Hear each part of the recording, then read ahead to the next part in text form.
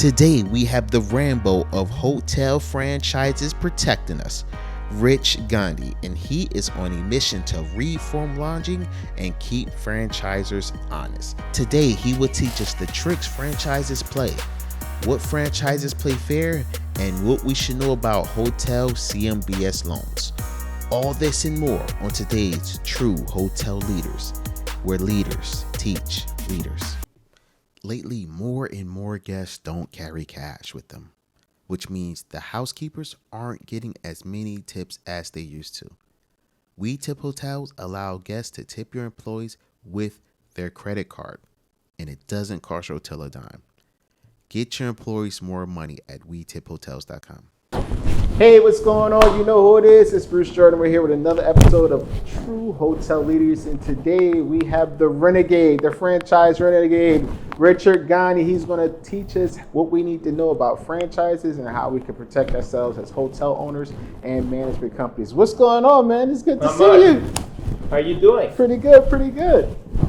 Good to have you here. Thank you so much. Thank you so much. So what's been going on with you? You know, the first question I always ask is, how did you get started in the hotel business? So let me start there. The hotel business is a tricky business. I actually grew up in that business. I lived on a motel in my teenage years with my grandfather. So I learned the business inside out and always wanted to do my own thing.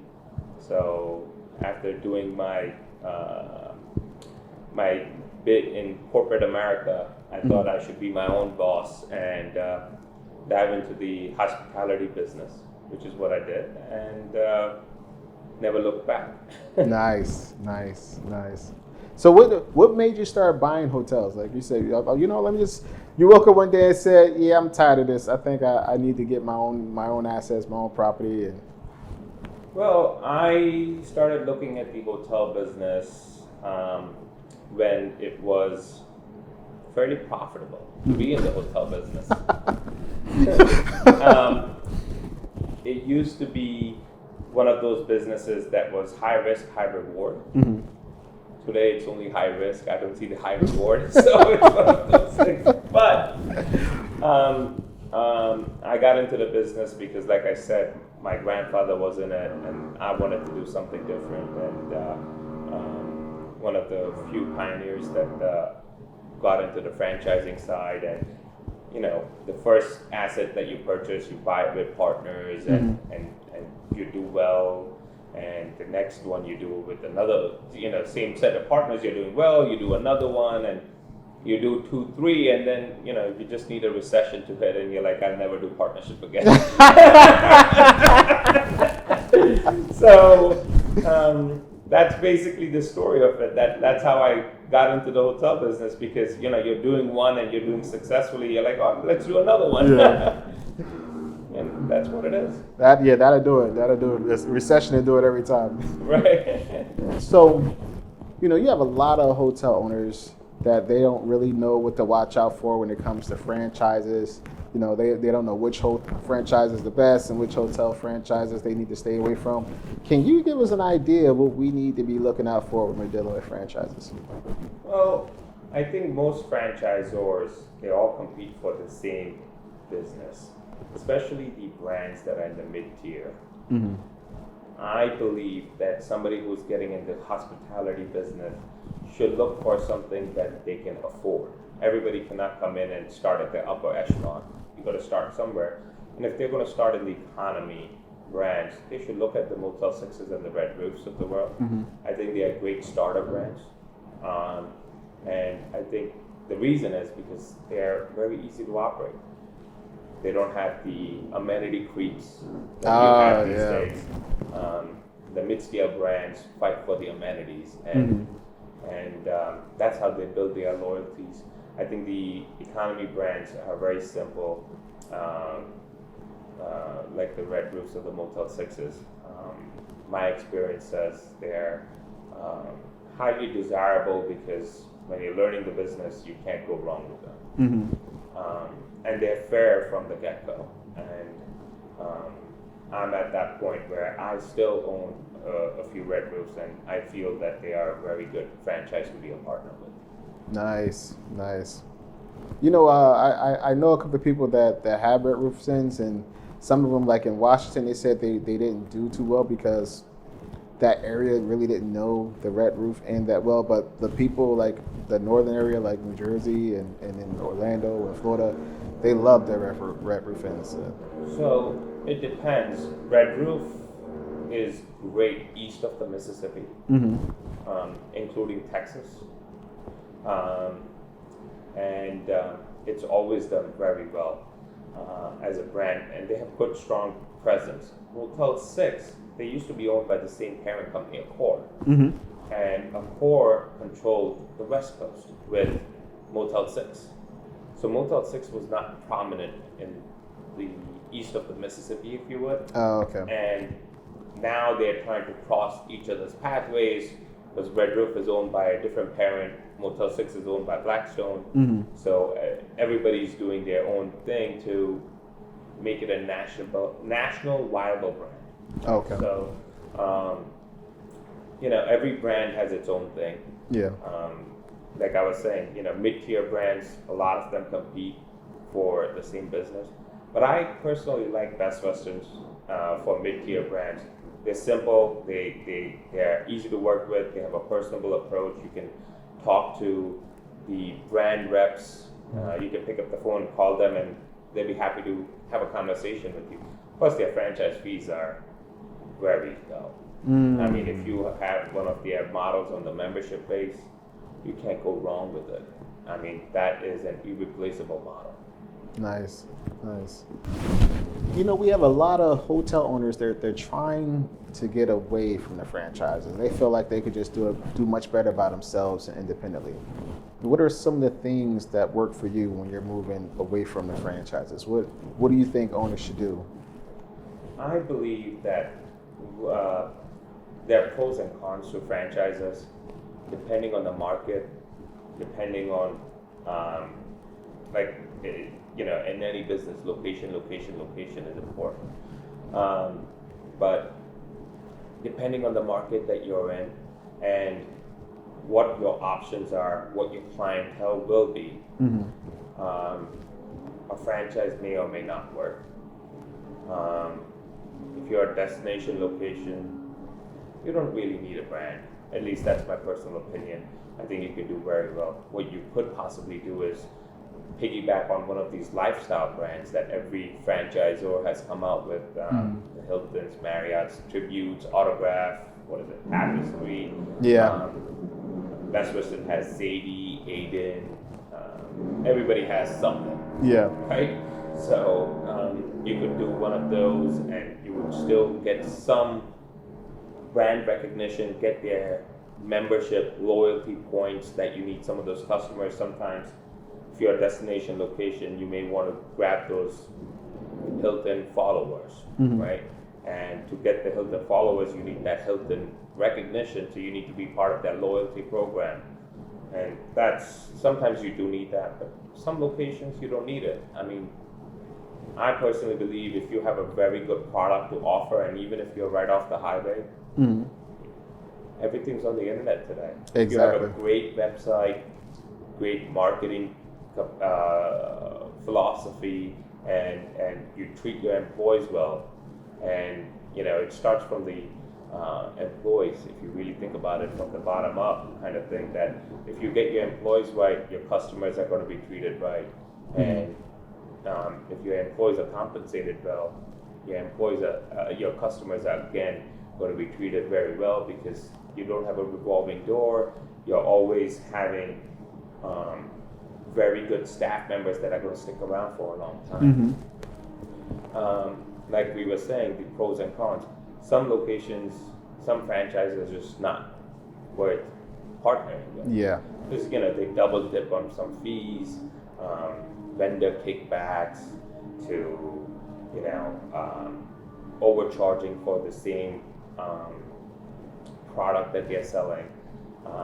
I have recently come across a franchisor who actually set up their own travel agency, and if you go through their channel online, you come in and the reservation is booking in as if it came through a travel agent. So the franchisor is already charging you the negotiated franchise fee, which would be the 9.5%, 10% or whatever. But on top of that, they charge you another 10% travel agent fee, and that's double dipping.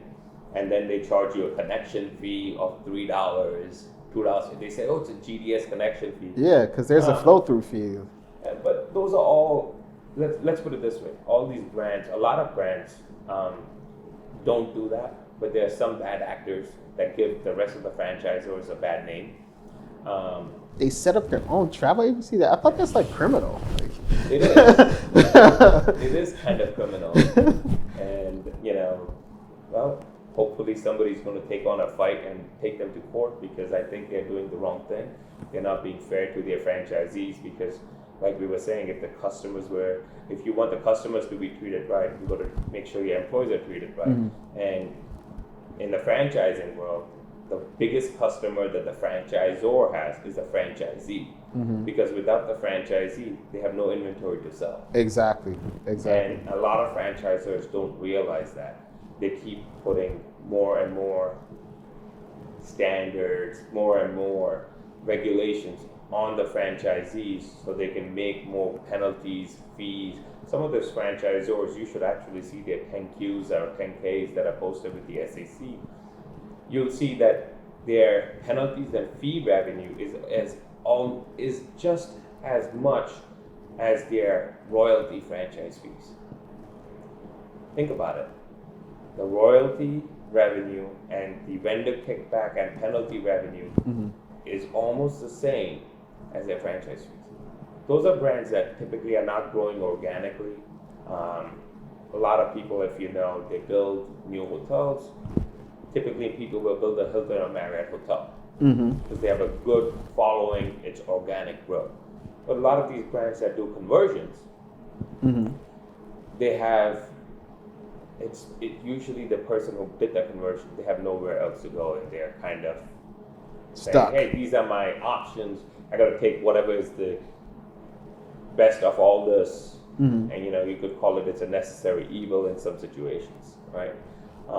And they may basically do things that may not make the best sense because they're not having organic growth with that brand. They may, I'll give you an example. Not many people will go build a lot of brand new choice product. Why? It's a question for somebody to think about.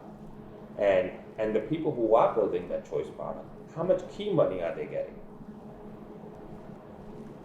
Key money is basically, it's a bribe from the franchisor to the potential franchisee.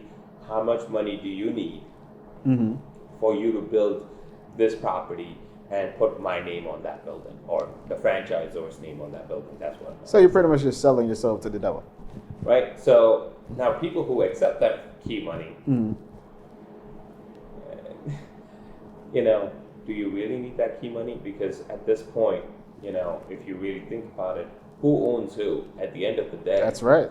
You got to read that that contract with a fine-tooth comb, and I can guarantee you there are no outs. Wow. Right. So they lock you in. It's like the mob.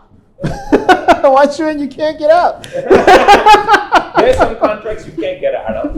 I mean, there are certain brands that don't give you an exit. You can fight them all you want. Wow. So, it depends what brand is what. I mean, there's a pros and cons to every single asset, right? And in the franchising business, I personally believe if you have a very good mid-tier product, try to do something unique, try to offer the best customer service.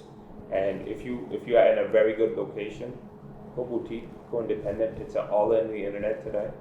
I believe that if the person spends the same amount of money that they're paying the franchisor and spent it on marketing, spent it on their staff. That's right. They will have almost non-existent turnover, very happy employees, that means happy customers, and you will have a better product, which probably is worth a lot more money than some of the franchisor assets. Usually in the mid-tier, you're going to have that problem. That's the reason you see those few that break away and they go into their boutique thing, and they may power it by the Hiltons, the Marriotts, or they may go power it by Best Western. Best Western has a signature collection, or now you have all these new lifestyle brands that come up, like the Lifehouse and whatnot. So a lot of brands have that, right? It depends what suits your needs, and something, it's not one size that fits all. Absolutely. So it's one of those things. Now, I feel like one of the big problems is the banks, because a lot of banks won't put their money behind a project unless it is a franchise. And I don't think they know the information that you know. It's an education process. You have to educate lenders that you do not need a franchisor to have the product that you need to deliver. Again, I'm not pro franchise or against franchisors by any means. It's what suits your needs. But I would personally say that you do not need a franchise. Almost 50% of the time it's a 50-50 toss-up to basically be in the hospitality business. Gone are the days where they needed the brand because things were not on the internet. The franchising business started so people could have something that was standard, something they knew that they could depend on, and that they would have the same experience. This is before reviews. Before reviews came out, and before, you're talking 80s, 90s, right? Before reviews came out, that if you're traveling, and let's say if my family wanted to go, cross country from New York to California, and we would say, oh, we're going to stop at XYZ brand. If you're comfortable with the Holiday Inns, back then, if you remember the Holiday Inns, they had everything, and you stopped at every Holiday Inn every 8 to 10 hours of driving. Yeah. Right? And you knew this is the experience, and this is my expectations, and they're gonna meet or exceed it. Where today, everybody's booking on their tablets, their smartphones. That's right. At the time, if I want to travel today, my wife and I, we packed the kids in the car. We're like, oh, we want to go to Maine, no problem. Let's just start driving towards Maine. And we're looking on our phone. We're like, book, book, book, book, and we're going to be there in like 8 hours. If you look at the booking pattern today, it is same day is I think 50% bookings. The day before is another 30%, and the rest is a few days out, right? So if you really think about it, people book in less than 30 days. It's not like, oh, we're going to go cross country to California. We got to go to the AAA office and book 2 months, 3 months, 4 months in advance. Get some traveler's checks. I'll get some traveler's checks, exactly. Today, this is funny.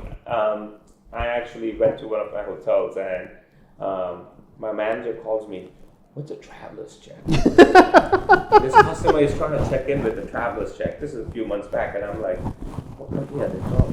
From American Express, but I've never seen this. I'm like, you have to post it as cash, and this is what it is, and you have to give them even exchange, and they have to stay, and they were just like, I've never seen this. I'm like, yeah, I'm kind of aging myself here, but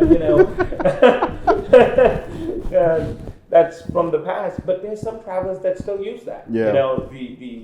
The seniors who are traveling from New York, and they're the what do they call them, the winter birds, right? And they're going down to Florida. They still use traveler's checks. Yeah. And that they trust that before they trust a credit card. There you go. Right. So, brands, I believe, are not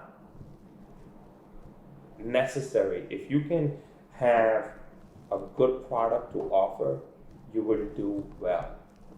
You do not need a brand. Look at Nashville. It's a market. It's many crazy. High-end brands. It's crazy. Right? It's crazy. Look at New York City. All those boutique hotels do very well. I was in Nashville like a couple of weeks ago, just passing by, and I just came from New York yesterday. Nashville was busier than New York. Busier than everybody's, and this is a Sunday night. Everybody's out in the streets walking. It was just one big party. It's way busier than New York. It's the market. You do not need the brand in certain markets. But then there are also markets that are oversaturated, where you sometimes need a brand, But then the question is, will that franchisor really look after your own interests? Or are they going to say, I'm going to put up one brand, let's say a Comfort Inn at this corner, across the street they'll put up a Quality Inn, right behind you there's a Sleep Inn, and then there's a Clarion on diagonally to you, all within a 200 feet away from each other, and you're just like, are you competing for the same customer? Because the way I see it, every brand begs to differ. Again, as my opinion, and I've said this all along, some of these brands try so hard to distinguish themselves between upper echelon to upper mid-scale to upper economy and whatnot. But I think some of these brands are all a hodgepodge. These franchisors have no clue as to where their brand really sits. That is just for them to actually sell to their stockholders or to the community out there that, oh, we have segregation of all these brands here in different tiers. I don't buy it. I really don't buy it.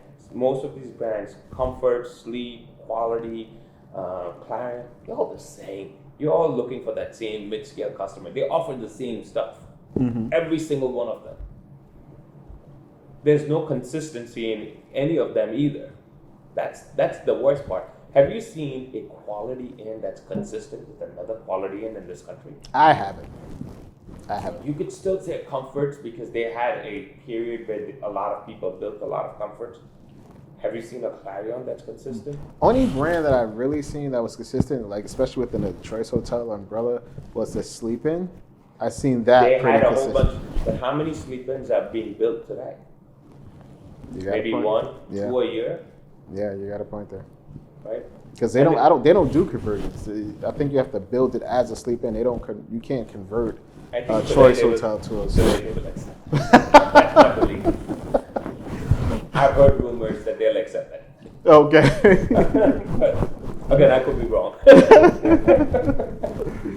Makes sense. So, do you think that when we're trying to get loans from the banks, should we have like two business plans or two sets of financials to say this is with the franchise, this is without the franchise? Well, you could. I think that's a brilliant idea that you have a budget pro forma plan with a franchise, without a franchise. And if you're an experienced hospitality operator, whether you own one or you own none or you own 100, it doesn't matter. But if you have the experience to operate a boutique hotel, a bank will recognize it. You do not need a franchise and you can get a loan. The myth that these SBA requires a franchisor is not true. Okay. You need to get the right lender to understand the business plan, to actually do some of the underwriting for the SBA to explain why this would be a good proposition, especially when they have an SBA guarantee. The problem is a lot of the underwriters at some of these banks are lazy. They don't want to do the underwriting. They don't want to take that extra step. Okay. They rather just say, oh, it's a franchise of stuff. Everything's in that big FDD, which is the franchise disclosure document. I don't know anybody who's read it in the last 30 years. Not one person who's probably read that. Million pages long. And it's not like the brands sit there and follow it. Some of these brands, there are some that do follow it, but there's some that will say one thing in the franchise disclosure document and do something completely different. Because their watchdog is the FTC, and the FTC sees that, but they don't really know the operation side of the issue. And they do something completely different. Gotcha. So there's some brands that have been sued for that. I'm sure you've seen the headlines for that. Oh yeah, absolutely. Which brings me to your other venture that you're into, which is Reform Lodging. Tell me what's going on. Well, Reform Lodging started in March 2020. It started at the height of the pandemic when we needed to gather a whole bunch in masses to get our voices heard. Franchisees were not getting their voices heard. They were not getting, especially in the hospitality space, the relief that was needed from these franchisors. Some of these franchisors went to DC, met Trump, got bailouts for themselves, but didn't pass a cent on to the franchisees. Are you serious? But they basically put it in the newspapers that they actually gave bailouts to their franchisees. On what? Their fixed costs that, they said, oh, we'll give you $50 off here, $60 off there. But they did not take the bulk of the franchise fees off, which is the percentage-based model. They had all these fixed fees that they were already double dipping on, that they pushed out, and they said, oh, we'll waive some of these fixed fees. But if you look at the grand scheme of things, some of these franchise agreements say that they have 9.5, actually some of them are 7 to 10% franchise agreements. And some of these franchisors, if you really look at what you're paying them in franchise fees, you're talking more like 20%. It's double. And it's on their same bill. And then they'll say, it's more than that. We'll come and give you a discount on this fee, on that fee, and all those fees. And you're like, so when you look at it as a percentage-based model, last year, in my situation, in some properties, my franchisor in COVID was still getting paid more than my mortgage. That stings. Hear me right. That stings. My franchisor's monthly bill was still more than my mortgage. And then on top of that, you still had to pay the OTAs. Oh yeah. and if you have certain brands like IAG who promote the OTAs, they actually told me, I have an IAG property. They told me, one of the guys said, if you don't participate in this thing called IAG Ignite, your hotel will be pushed down from the listing, the sorting on all these OTAs, because and even also on the brand's website, they're going to be pushed down if we don't participate, which gives them an additional 5% in franchise fees. So I'm like, wait a minute, I'm paying you a marketing fee to make sure my property is marketed on the internet, but you're telling me I have to sign up on this thing called IAG Ignite, otherwise I'm going to basically not have organic, and then you're going to suppress my listing? Yeah, because there are going to be other hotels that are going to pay for it. Wait a minute, I thought you're not supposed to be doing this. We signed a franchise agreement that you're going to treat all your franchisees equal. So you're not treating us equal. You're actually now saying who can pay a higher fee for their own gain, so we can basically cheat the other guy out. What's the point of that? That's when you say, I might as well be independent, and if I spend the same amount of money I spend on marketing, I'll do better. Talk about some of these brands. If you look at it, what brand, have you seen commercials for some of those brands that they say they do marketing? They charge all these marketing fees. Have you seen any real commercials for it? Maybe a couple. One or two here and there. But what's really weird is that I see more commercials from Booking.com and Expedia than I see from the franchise. Well,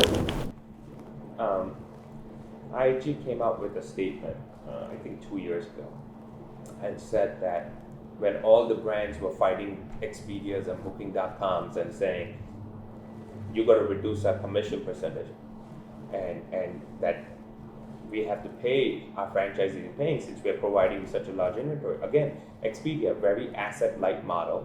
Booking.com, very asset-light model. What do they have? Nothing. They have zero inventory. So they actually need the hotel owners to actually help them. Instead, they should be paying us. But that's not the case. So we found out that a lot of these brands, some brands, are taking kickbacks from the Booking.coms, the Expedias of the world. And they rephrase it into rebates, connection fee. They come up with very creative names. We actually had, with Reform Lodging, we had somebody on a Zoom call. Sagar Shah, who's the president for Reform Lodging, and my colleague, we asked somebody a really tough question, and they actually blatantly on the Zoom call said that some brands, they require the pay-to-play game. So not only are they going to pay you to play on their platform, they're going to pay you to pay to play on every other platform that. Right. Now, of course, they try to retract it, but I'm sure somebody should look into it. Yeah. Right? I haven't looked into it. I don't know. I would love to see the financials or actually get a copy of the agreement. As a matter of fact, I have a property that Expedia owes me some serious money, $50,000+ with Wyndham. Mm-hmm. It's a Super 8. We actually suggested to Expedia that they need to pay us the money, and they said, "Oh, you did not collect your money within the 1 year allotted time period." And we said, "Well, it was a pandemic. Nobody was allowed to. We didn't even have enough staff to do the bookkeeping, so we didn't realize that this was not billed and collected." Mm-hmm. They said, "Well, there's an agreement with Wyndham that we don't have to pay you any of this money." $50,000. What do you mean? Can I get a copy of that agreement? That's what I asked. I have emails to show that. And I said, "Can you give me copies of these agreements?" "No, actually, this is proprietary. You can get it from Wyndham." I called Wyndham. Wyndham's like, "That's our agreement with Expedia. We can have it." Well, if I signed a franchise, you never disclosed this agreement. That's right. That's right. Get me a copy of this agreement. They actually said to me that go pound sand. So now I'm actually talking about legal remedy. I've talked to even Jeff Bellotti, he won't even respond. Mm-hmm. So I'm actually looking at legal options to sue Wyndham. In short, Reform Lodging gathered to help garner support through legislative methods and to help get some of these bailouts and get recognition out there that the hospitality space is important. There are a lot of trade groups out there, but I'll tell you what's a better association for the hotels: the Restaurant Association. Do you know how many bailouts the Restaurant Revitalization Fund program has gotten? Mm-mm. The hotels have gotten nothing compared to them. Nothing. Why? You know why? Because there are certain hotel associations too busy lining up their own pockets, some of the seniors over there. Or they're just there to make sure that they protect their tenure at that association for a very long period of time. So, Wow. that's what it is. So Reform Lodging came to, and we actually have over 2,000 members. Reform Lodging does a lot more things. We actually have educated a lot of staff members in New Jersey, Pennsylvania, Maryland, Delaware that work for the legislative offices on the issues with franchising. We've issued a fair franchising bill, A2682 in New Jersey. It is a bill to promote fair franchising, change the franchise practices. And that's what we have been doing, because that's the key. The franchise business can turn into a really good business if some of these franchisors play fair. Yeah. The problem is they're just looking after their own thing. And some of the C-suites, they don't even pick up the phone and call you. On the flip side, I could say that some C-suite franchisors will pick up the phone and call you. There are a few bad apples. Yeah. David Kong from Best Western, I've talked to them. I've talked to Red Roof, but I can say I've never talked to Pat Pacious. I've written him letters. Never. Why? Because they don't want to talk to somebody where they have to make a meaningful change. They want to only increase their bottom line so they can get a hefty bonus and a check, right? I mean, a lot of these franchises laid off people in the pandemic, but how many of those C-suite staff Got laid off. got laid off or took a pay cut, other than David Kahn? I seen. Well, not in the hotel industry. Outside the hotel industry, I seen a lot of them just say, "Turn my salary to $1 a year until we get things back to normal." But that's what I'm saying. Those are true leaders, right? Then the question arises: who's the real boss of these franchisors? The Is it investors. the stockholders? Yeah, it's the Of course stockholders. it is. Yeah. So what should hotel owners be looking for when they're negotiating their franchise contracts? hotel owners should be negotiating area protection, where a brand can plant another one of their brands in that same market. And what they should do is they should do it across all brands. Cannot be that, oh, we have a Quality Inn, we won't put another Quality Inn in the market, but we'll put a Comfort Inn right next to you. Something. How many people go to comfortinn.com and how many people go to choicehotels.com? You go to choicehotels.com. Yeah. So if you're competing for that same customer, how is that helping you? I actually have a proven fact where I actually have a hotel. I left the system with Quality Inn, and my business doubled in the pandemic. What did you change it out From with? 2019 to 2020, I just changed the brand. What did you change the brand to? Right. All right, so you went from a Quality Inn, which is a Choice Hotel brand, and your business was suffering. You changed the name and went with Red Roof Inn brand, and your business doubled. I didn't do nothing. As a matter of fact, I've reduced services. I've reduced amenities, and my cash flow improved. That's incredible. That's What incredible. does that tell you? My problem in that market was there was a Quality Inn, Comfort Inn, Clarion, another Comfort Inn, there was a Sleep Inn. There was too much in that market. Yeah. I was competing against not only other franchisors, but within the franchise system too. Just so the audience knows, when you're making reservations, a lot of the driving force is the rewards program. So when they're looking for those hotels on Choice Hotels website or IHG website or Marriott website, if you have all those franchisees in that same location, you're not only competing against the other hotels, but you're also competing against the hotels within that market on that website. So whether it's Expedia, Booking.com, or Choice Hotels website, you have to compete not only against Choice, all of these other hotels, you got to compete against them on that website. So that tends to drive your business down because of your rates and the quality of service. You're competing against all of these people. So that's why he was probably able to double his business, because on Red Roof's website, he was probably the only hotel in the area. Right. So it just gives you an idea as to what happens, right? The other thing they should negotiate for is a window so they can have a mutual termination right when they can get out. I recommend 5 years. If you can do 3, that's great.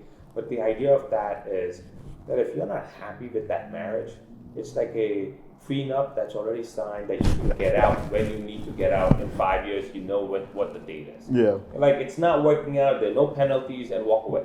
And the biggest thing that these franchisors need to get away from is liquidated damages that they charge franchisees. If their system is that good, what do they need liquidated damages for? How did they get harmed? As a matter of fact, they're actually harming the franchisees. Some of these franchisors, not all, some of them are harming their franchisees with all these additional fees.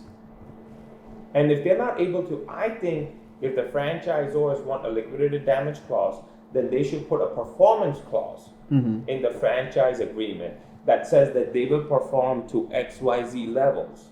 And if they don't, there's a no penalty out.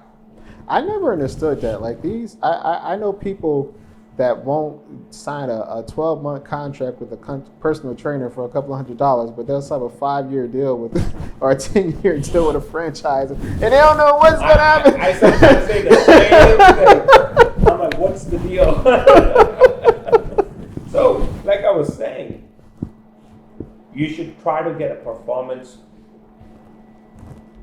clause inserted that the brand will do this much revenue. You know what's funny? Some franchisors will say, oh yeah, we'll produce 50% of the revenue, but we'll count Expedia and Booking.com as our own revenue. That's not revenue from the franchisor. You want direct revenue from the franchisor, where somebody call 1-800-franchisor or franchisor.com, whatever the website is. That is direct contribution. If you're booking that customer through your own hotel, and you're basically bringing through third parties like OTAs, like Expedia, Booking, or you're doing it with certain channels like the travel agencies, American Express Travel, that should not count as a franchisor's contribution. The franchisor did zero work Unless the franchisor is paying for it.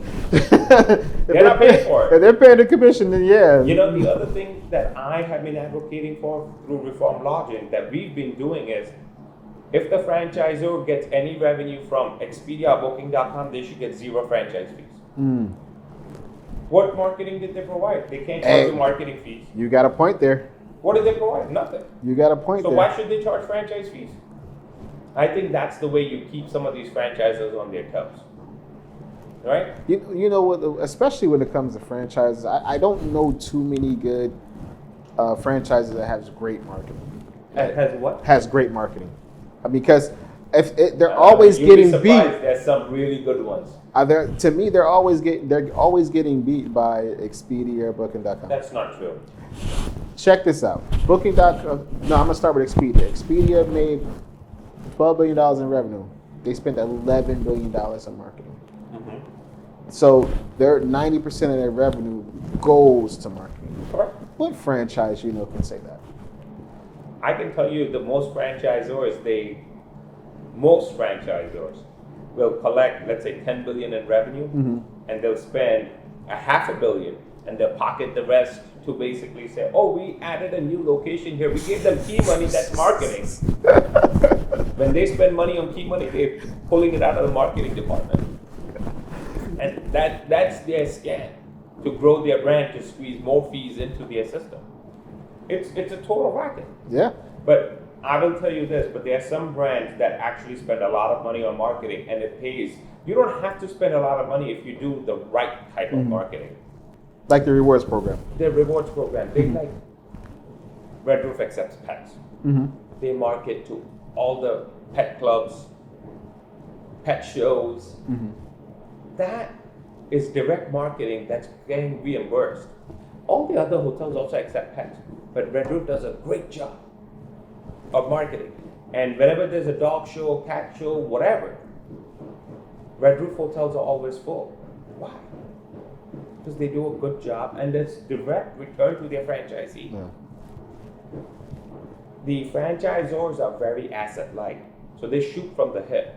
They will tell you, oh, you need to replace this, you need to replace that, go get this, and buy it only from my vendor. Don't buy it from anybody else, even if it's of better quality, because if you do, you can, but you're going to have to pay us a fee for you to buy it from that vendor. It'd be so better. That's their kickback that they're collecting directly from you, because they could have collected from the hidden way of the vendor kickbacks. Some of these vendors have to pay hefty fees to basically become a preferred vendor. Yeah, it'd be better quality at a cheaper price. So I have actually personally found that the same vendor I've bought for my property, that boutique independent, I have gotten better price, better warranty for the same product that was in the branded hotel. Listen to what I'm saying. Better price, better warranty for the same product that was in the branded hotel. How is this possible? The franchisors are mandating that this is the warranty so they can push a new franchise improvement plan so they can ding the hotel owners to spend more money. There are some really bad actors in the franchising business, and they give the rest a bad name. That's terrible. That's terrible. But what about management companies? We know a couple of franchises that we probably want to stay away from. What about management companies? What should hotel owners look for when they're hiring management companies? Do you recommend that they manage their own hotel by themselves, like their own operator, it's a double-edged sword, right? Okay. Do you want a management company that has a vested interest? That's my personal opinion. I think management companies should be paid on performance also.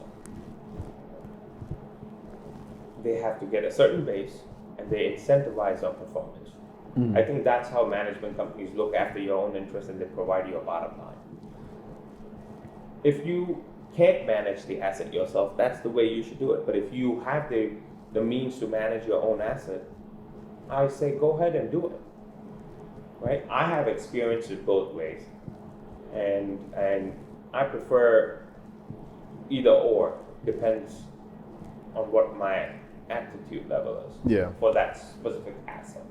If you're really high-end boutique and it's not your talent, give it to a professional, but negotiate a good agreement. if your aptitude is to run really high end, but you can't do these mid-scale because you can't focus in that mid-scale sector, give it to that type of a management company. There are different companies all around the country that do this. And it also comes down to relationship and who you can trust. Trust is the key factor here. Because they're dealing with your money. Because some of these franchisors sit on owners association, not franchisors, management company reps sit on owners association boards, and they pass out judgment and saying, oh, the brand should do this and brand should do that. Most of these owners associations are rubber stamps for these franchisors because they're getting a separate side deal for their own property that they manage or oversee, but they have no skin in the game. It's somebody else's skin. If they're just a management company, it's not their money, it's the owner's money that they're spending. That's right. What do they care? And all they care about is top line. I always say, if you're going to hire a management company, give them a certain base for the top line, but give them the incentive for the bottom line. If they produce that bottom line, then only they get a certain incentive fee. But squeeze them on the top line, maybe 2% top line as a base, and 1.5% incentive on the bottom line. Or you got to structure it in a right way. Yeah. That makes sense. So, let's start with investing 101. What are some of the mistakes that you made when you first started off in the hotel ownership game? Thinking that the franchisor is my friend. So, I actually found out very quickly that they're out for themselves and that I need to be doing the same.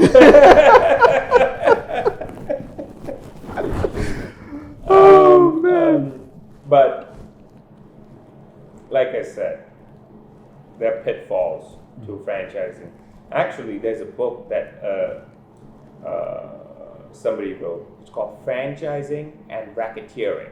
Franchising and Racketeering. It's on Amazon. It's written by Anne Janae Mullen. It's a very good book.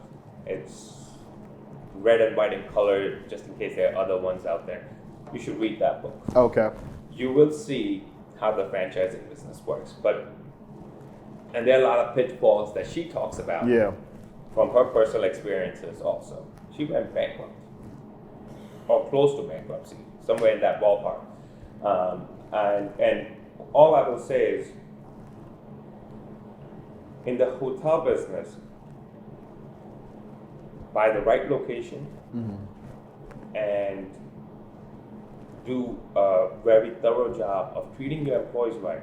I always say, if the franchisor squeezed the hotel owners just a little less, made it franchisee friendly, they could pay some of these employees more. Yeah. The independent hotels that we have, by no means they're not no-tell motels. Nothing wrong with that concept, but these are high-end boutique hotels that we left the franchisor system. After we left, the money that we saved that we were paying the franchisor, we used 50% of it to market the hotel, and then about 30% of it to give employees raises.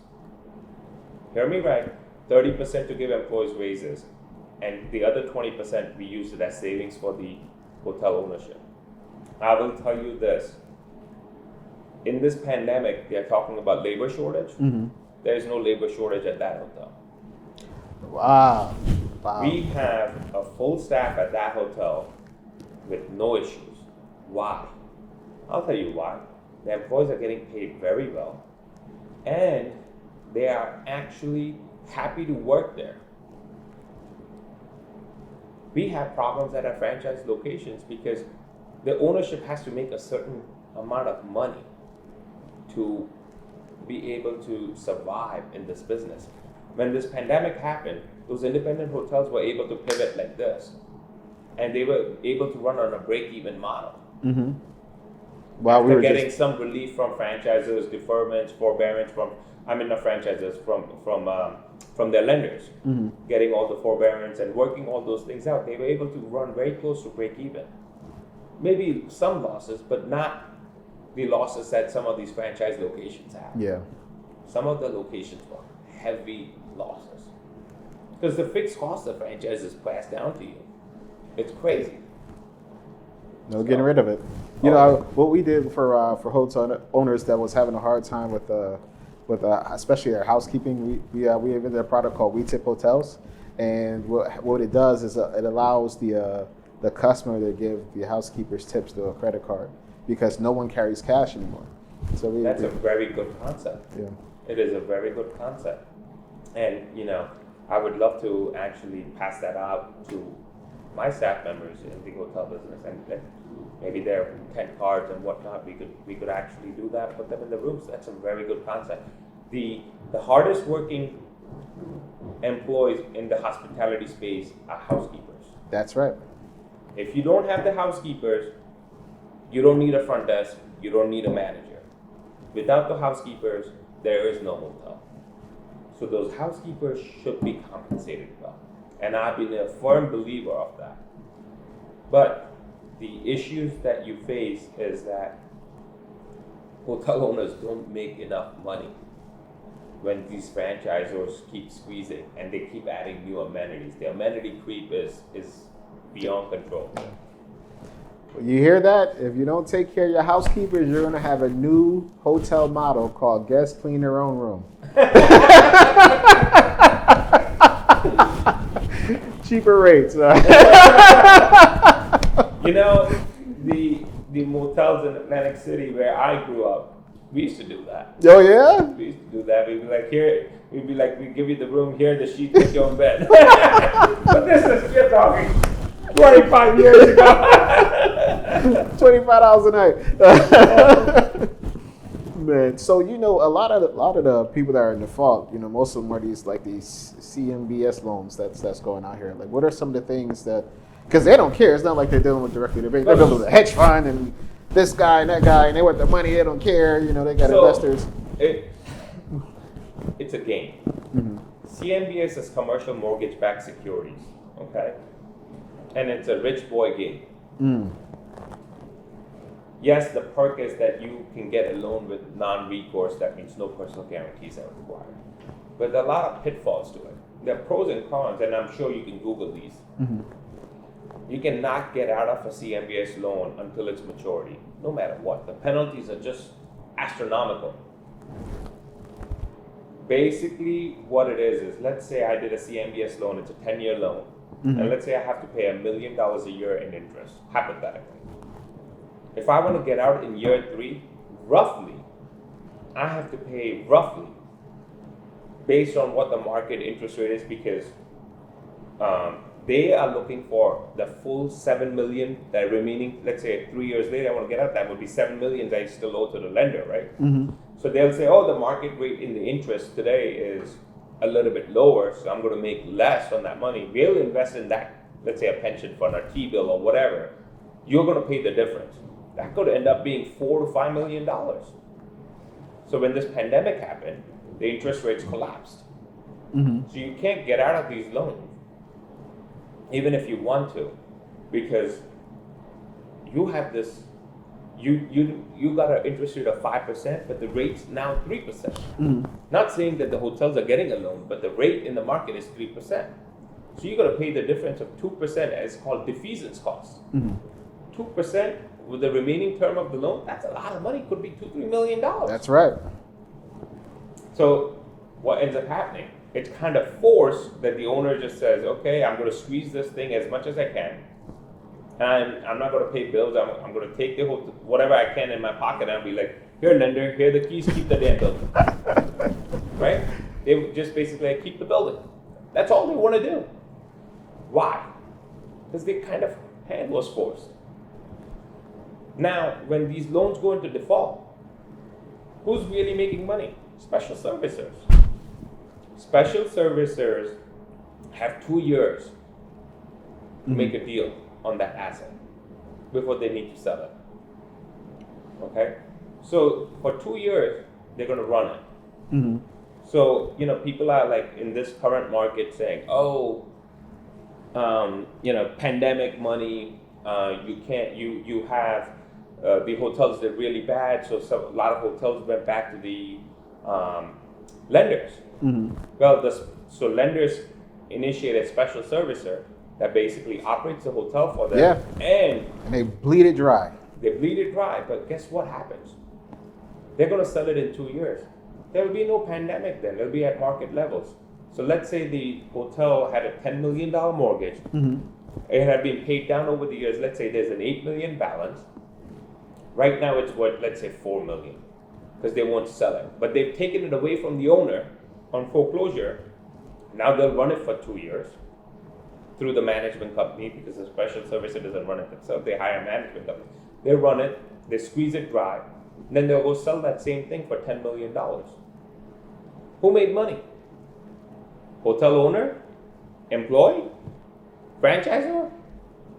I'll tell you, the special servicer and the franchisor, because the franchisor is basically giving a comfort letter, which means that if the hotel goes into foreclosure, the franchisor is going to chase the franchisee for whatever bills that this hotel has not paid, because they're the guarantors on the franchise agreement. But the bank can operate without any guarantees under that moniker.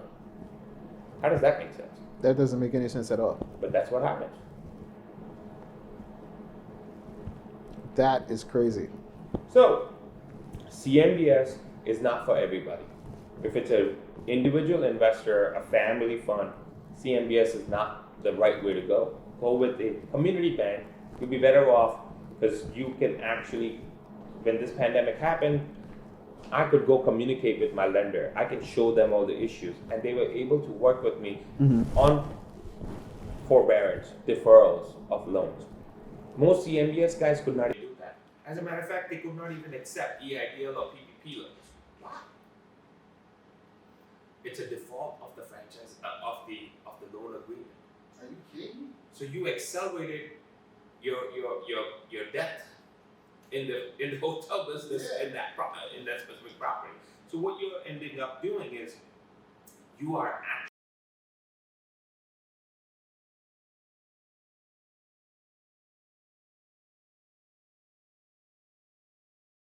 actually creating a bigger problem for yourself. So you can't borrow money because they won't allow it. And some of these CMBS guys, they charge me $10,000, $15,000 just to negotiate an agreement that you would pay them 6 months later when this pandemic is over. $10,000 to $15,000 to get one letter just to say you're going to postpone your mortgage payment for 6 months. I thought they just like wrap it up in a balloon or something. No. That sucks. God, I don't see how anyone's gonna make it if they have to take a loan. It's the money. So going back to what I was saying is, it's a big boy game. So who buys all these notes? Then comes in the hedge funds. Who are going to come in and say, I'm going to pay cash, I'm going to buy all this in bulk. And they basically take all that money, they buy it. They don't care if they overpaid for an asset, because it's not their money, it's other people's money. OPM. That's it. Remember that? That's it. So if the loan doesn't do well, if the hotel doesn't do well, they're like, it's other people's money. The investors lose money who invested in the property. The lenders who sold them the CMBS loan, they put it in as a bond, they packaged it with 100 hotels, office buildings, whatever, all kinds of assets, they'll package it, they'll sell it. So those guys lost the money on the loan because they got sold on a discount. The only people who made money in this transaction: hedge fund, special servicer, and franchisor. Everybody else lost. God, that's crazy. That's the reason a lot of people now want to be hedge funds. Everybody, and it's the most unregulated. Everybody wants to be a hedge fund. Nobody want to be regulated by SEC. Right. So, what are some of the things that you see changing in the hotel industry in the future? A lot of franchisors are now reacting with the help of reform logic that created enough of a ruckus, if you would, and brought it to the limelight that, economy brands should not be in the business of serving breakfast. They're not restaurants. They're not in the food service business. They're here to provide rooms. Yeah. Like Days Inn, Super 8 completely removed the breakfast standard, which is great, commendable for the Wyndham team to do that. And that was the guy, John Henderson at Wyndham, who actually was instrumental in actually pushing that through, right? Other brands are starting to do that, like Marriott is coming up with the breakfast standard of vending machines. You've probably seen it, they're doing a beta testing for that.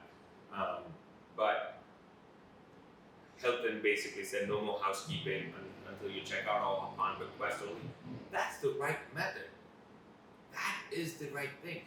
I think what it is the amenities need to be reduced, and that's what a lot of these brands are going to start focusing on. And the brands that actually are going to be the forefront or the pioneers and the leaders in this are going to be the winners at the end. Okay? Not the guys who are just the followers. A lot of brands just, oh, Hilton did this, Marriott did this, oh, we got to look into doing something. That's not going to work anymore because you know what? People see through it. Yeah. There's no more organic growth for some of these brands. So what do? They just basically squeeze existing franchisees for that. Listen, you even opened my eyes on a couple of things that I didn't know. I just can't believe some of the things that the franchises were doing. I knew a couple of them, but I didn't know the huge impact it was having on the industry. Oh yeah, I mean, like I gave you that example of that staffing model. WeTip Hotel has almost non-existing staffing issues. There's no labor shortage. But our other hotels, they're getting paid a lot more. You know what's so funny? But you know what? They're happy. Mm-hmm. The key is happy. It's not just paying the employees more. They're happy is the key. If you can't keep your staff happy, how do you keep them happy? You've got to be flexible on your policies. Yeah. And you're able to give them what they really need. A lot of these people don't need. I'll give you an example. Most of our employees, if you go to the housekeeping department, would you want health insurance? No. 75% of the people waive out of health insurance. And you know what we say? Okay, well, how about this? We will give you this benefit. Because the small businesses, what we can afford to give them on the health insurance that we qualify for as a small business is far expensive than what Obamacare gives them. There you go. So what ends up happening is they're like, oh, I can get it from Obamacare far cheaper than what you're getting it for. Okay. So we actually go out to our employees and we say, we'll give you, this is what it is, we give them a stipend, additional pay. They're actually happier. We are flexible on their schedules. The issues happen when you can't pay them well and you can't treat them well because of the brand standards inundate you. You can't pivot. And then you're just stuck. Some things just don't make sense. Like, breakfast today is like, in some brands, like 50 items, 60 items. I think we seen that Embassy Suites. They had omelet stations, the whole 9 yards. I was like, whoa, this gotta be like $15 per person. Have you seen the amount of food that this country throws away? Just take the hotels, for example. We can feed a whole third world country daily with the amount of food that we throw away in this country, just in hotels and the breakfast program. Yeah. They want to do green and sustainable stuff. Instead of focusing on all that, these franchisors need to focus on how to be more sustainable and environment friendly by not wasting. We in this country, in the USA, waste more food than any country in the world. Think about it. That's ridiculous. I have a friend who owns a Dunkin' Donuts. He tells me after a certain amount of hours on the shelf, they have to toss it in the trash. After 4 hours, 24 hours or something. 4 hours, they have to toss it. So if they're not sold in 4 hours, it's tossed. That's ridiculous. But they can take that same food and give it to a homeless shelter and they'll be like, oh, this is, thank you. Yeah. You will be ending a lot more poverty doing that. Why don't we do that? Because I know someone that used to do that at the Dunkin' Donuts and they got sued so many times they just stopped donating it because the homeless shelter people were suing them for the free food that we're getting from them. So they say, just that was But if they get, that's again laws that need to be changed. That this country, I'm from India, and in India, for them to, if somebody wants to file a lawsuit, you're going to put up 10% of the lawsuit amount in court as an escrow. So think about it. If I wanted to sue you for $10 million. $10 million. I gotta come with a million. I gotta put up $1 million in escrow. $1 million in escrow that it's going to be a viable fight. So most people don't. The frivolous lawsuits don't happen. And this country needs to have a common sense law. You know what? Countries like Scandinavia, they don't have lawsuits. They live in ski. The whole country is so much ski, water, ice, snow everywhere. They don't have slip and fall lawsuits, the amount of lawsuits we have in this country. People miss the curb in this country. They're on their phone texting, they're walking and they miss the curb and they fall. They sue the property owner. Oh, I fell on your property and I dislocated my hip and now you're going to have to pay me. How stupid does that sound? That's ridiculous. If they had to pay 10%, you'll see a lot of $1,000 lawsuits being filed. But you know what? That's a common sense law in Europe, like in Scandinavia. That lawsuit will never happen because they'll be like, well, you should have been paying more attention. Now, if the property owner is negligent, it's a different story. There's a curb. So what do the insurance companies come and do? It's a racket. They want to just settle it. They're like, we don't want to go to court. Throw 15,000, throw 20,000. So they throw 15, 20, 30,000 at them to go away. Guess what happened? They just enabled that person to do this again. Now they're going to do it on purpose. Because now they want to cheat the system because they're like, oh, this is free money. They don't even go to court. I don't have to do anything. Right. So now they keep doing this, and this is a way of living. Tax-free. Tax-free. Lawsuits are tax-free income on personal injury. So there are people who actually make this a living. I'm suing this. Guess who pays the price? The property owner. Their insurance bill keeps skyrocketing. What do you think that is? If they just introduce a law that's like based on common sense, problem solved. There you go. Thank you for tuning to another episode of True Hotel Leaders, where leaders teach leaders. We had a great time with Richard Gandhi, and you know what we're here to do. Teach your way, and we'll be talking to you soon.